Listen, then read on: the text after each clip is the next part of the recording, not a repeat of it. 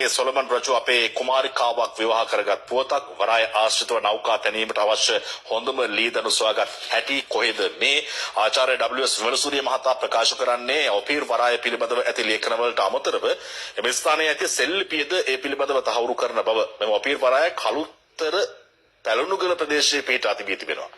මේ යුගයේ අපේ රටේ තිබූ තවත් ප්‍රසිද්ධ වරායක් ගැන බයිබලයේ පැරණි ටෙස්ටමේන්තුවේ සඳහන් වෙනවා. ඒ ත්‍රිකුණාමලේ තාරිෂ් වරාය.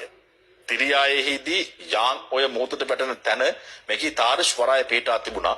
විශේෂයෙන්ම මෙම වරායන් වලින් රැගෙන ගිය භාණ්ඩ ලයිස්තු විමසා බැලීමේදී ඒව ලංකාවට ආවේනික දේවල් කියලා තමයි වාර්තා කරන්නේ. දැන් අද අපි විදේශ වෙළඳාමක් ගැන නේද? අපේ රටේ භාණ්ඩ සේවා වෙන රටවලට අලෙවි කරලා මුදල් ලබා ගැනීම සම්බන්ධයෙන් කතා කරනවා. හැබැයි අපේ රටේ මේ නොදන්නා ඉතිහාසය තුලත් හොයලා බලනකොට කොයිතරම් වූ සාර්ථක ශක්තිමත් වෙළඳාමක් තිබ්බ රටක්ද මං කියන්නේ රට අභ්‍යන්තරේ පමණක් නෙවෙයි විදේශ රටවල් සමගත් ඒ ගනුදෙනු තිබ්බ රටක්ද කියලා අපිට පේනවා. එහෙම රටක තමයි අද මේ විදිහට ඉන්න සිද්ධ වෙලා තියෙන්නේ.